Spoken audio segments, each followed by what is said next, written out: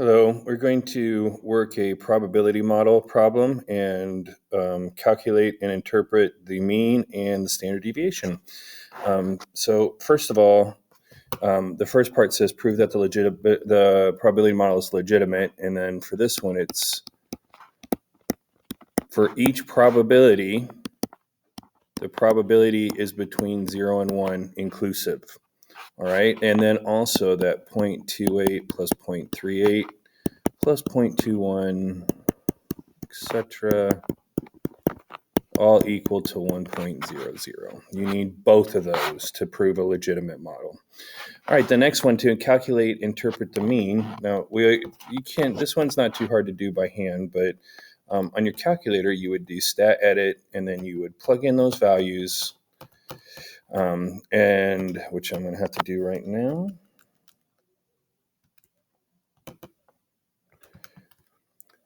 And so again, hopefully you would know the stat edit L1 for the 0, 1, 2, 3, 4, and L2 for the probabilities of each of those. And then next you go stat, slide over to calculate one var stats, but you need to make the second step on that. The frequency list needs to be L2. And then we find out that the mean is 1.23 and the standard deviation is 1.07, we'll say 6, we'll round it there. And once again, I really didn't say this, but the number of cars of Southside High School graduates had as their primary mode of transportation during their time at high school from 2014 to 2022. So the most anybody had was 4, and of course, some students do not have cars. Now, we get the answers from the calculators, and that's fine, but you still have to show your work.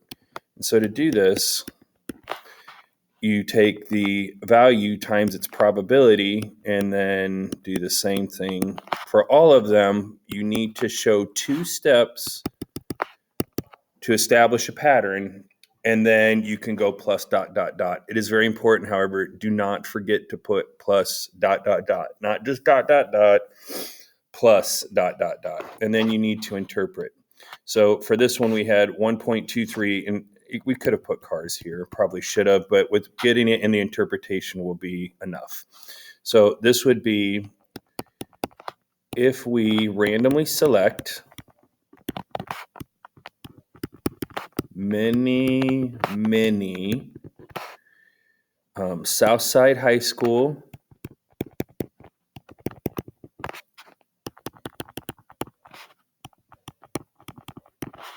grads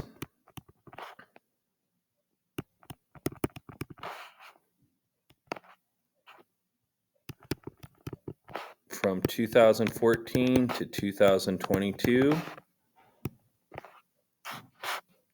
we expect the average to be about 1.23 cars.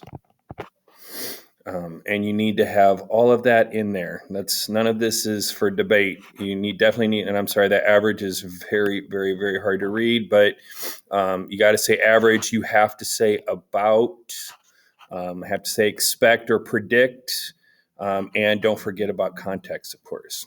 All right, and then for standard deviation, this one is also cars. For the standard deviation for the work, you give yourself a nice big old square root, and then you take the value of the first one, which is 0, and subtract the mean, square that, and then take it times its probability. And then you have to do 2 of those to establish a pattern. And then plus ... And that plus ...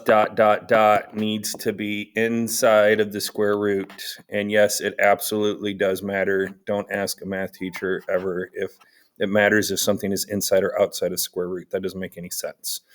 And then this would be for the interpretation if we randomly select one Southside graduate, Southside High School,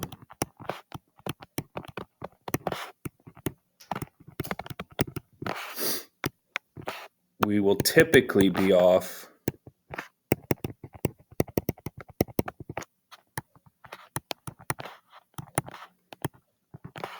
by 1.076 cars. Okay, on this one, and it's really important, this is if we do a single selection, or when we do single selections. It's not a large number of selections. All right, we'll have some more of these and other videos for you to watch if you would like.